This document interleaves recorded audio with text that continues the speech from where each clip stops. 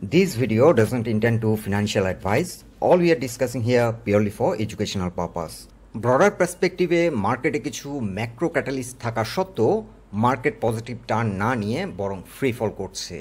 উপরন্তু last week market has broken below a crucial psychological threshold 5000। নানা রকম eco political disturbance থাকা সত্ত্বেও মার্কেট কিন্তু এতদিন 5000 পয়েন্টের উপরে সাস্টেইন করেছিল। মার্কেট যদি ইমিডিয়েটলি 5000 পয়েন্টের উপরে কামব্যাক করতে না পারে, বলা যেতে পারে we are in a stripper bearish market. Market is now facing momentarily pressure from multitude fronts. There are pressure from global trade dynamics, political and contractionary monetary policy, and now we are experiencing regulatory pressure.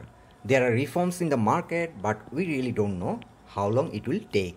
So আমাদের যে advising committee এবং new commission market reform করছে তা কত সময় ধরে চলবে এটি এখনও uncertain.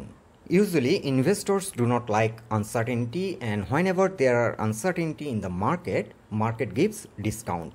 So investors are processing all the information and investors are in wait and watch mode. আজকে বর্তমান মার্কেট কন্ডিশনে কিছু অ্যাডভান্টেজ কিভাবে নেওয়া যায় এ নিয়ে সংক্ষিপ্ত আলোচনা করব।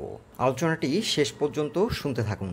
প্রথমে আমরা ঢাকা স্টক এক্সচেঞ্জের মার্কেট পি রেশিও দেখে নিচ্ছি। বর্তমান মার্কেট পি রেশিও হলো 9.15।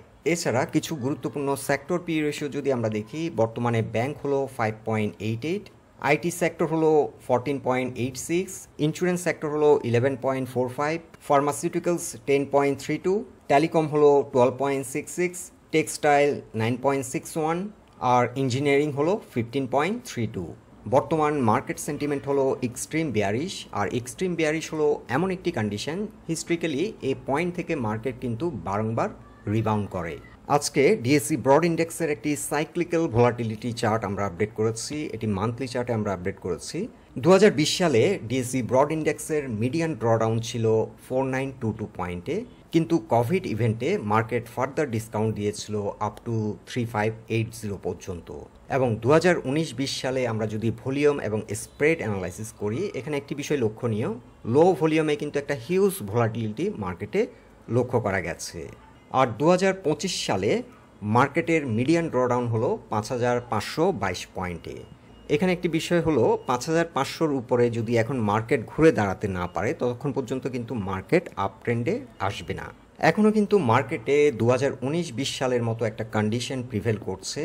2019-20 সালে যে ভলিউম এবং স্প্রেড আমরা অ্যানালাইসিস করেছি সেখানে কিন্তু অ্যাভারেজ থেকে অনেক লো ভলিউমে মার্কেট অনেকটা ডাউন হয়েছিল। এখনও কিন্তু সেম একটা সার্কামস্ট্যান্স প্রিভেল করছে, অ্যাভারেজ থেকে লো ভলিউমে মার্কেট কিন্তু অনেকটা নিচে নেমে গেছে। সো এই ধরনের একটি কন্ডিশনে মার্কেটে এখন বর্তমানে রিটেল ইনভেস্টর খুবই কম, আর যারা আছে তারা প্রচণ্ড চাপের মধ্যে আছে। এ ধরনের একটি মার্কেট কন্ডিশনে বর্তমানে ইনস্টিটিউশনাল ইনভেস্টর কিংবা বিগ ইনভেস্টররা সাইডলাইনে আছে। এ ধরনের একটি সার্কামস্ট্যান্সে মার্কেট এক্স্যাক্টলি কোন পয়েন্ট থেকে রিবাউন্ড করবে বলা খুবই মুশকিল।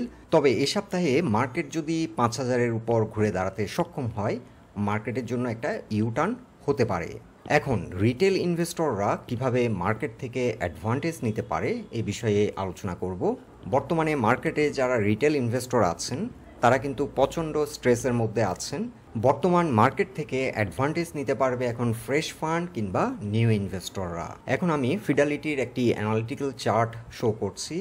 এটি হলো 1980 সাল থেকে 2023 সাল পর্যন্ত ফিডালিটির একটি অ্যানালাইসিস।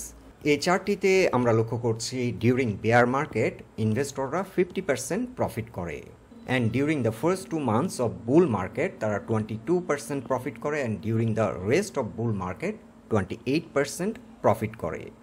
সো এখানে একটি ইন্টারেস্টিং ফাইন্ডিং হলো during bear market gives 50% profit opportunity. So বর্তমান মার্কেটে এখন যারা নিউ ইনভেস্টরস আছে কিংবা ফ্রেশ ফান্ড আছে তাদের জন্য কিন্তু একটা হিউজ অপরচুনিটি মার্কেট ক্রিয়েট করছে। সো আমি যেটি বলতে চাইছি, বর্তমানে ভালো মানের স্টকগুলিকে আইডেন্টিফাই করে সেগুলোকে ডলার কস্ট অ্যাভারেজের মাধ্যমে ধীরে ধীরে অ্যাকুমুলেট করার একটা ভালো সময় যাচ্ছে। আর মার্কেট এখন কোন পয়েন্ট থেকে রিবাউন্ড করবে সেটা বলা খুবই মুশকিল। এমনও হতে পারে মার্কেট ইমিডিয়েটলি রিবাউন্ড করতে পারে, অথবা মার্কেট এখান থেকে আরও 100-150 পয়েন্টের মতো ডাউন হয়ে সেখানে হয়তো 1-2 মাস স্লো হয়ে থাকতে পারে। আরেকটি বিষয় এখন বিনিয়োগকারীদের অবশ্যই মাথায় রাখতে হবে, সেটি হলো আইসিবিকে যে আপার সিলিং দেওয়া হয়েছিল 5%, সে আপার সিলিং কিন্তু এখন উঠে গেছে। এমনও হতে পারে আইসিবি দুর্বল কোম্পানিগুলোকে ডাম্পিং করে ভালো মানের স্টকগুলোকে অ্যাকুমুলেট করতে পারে।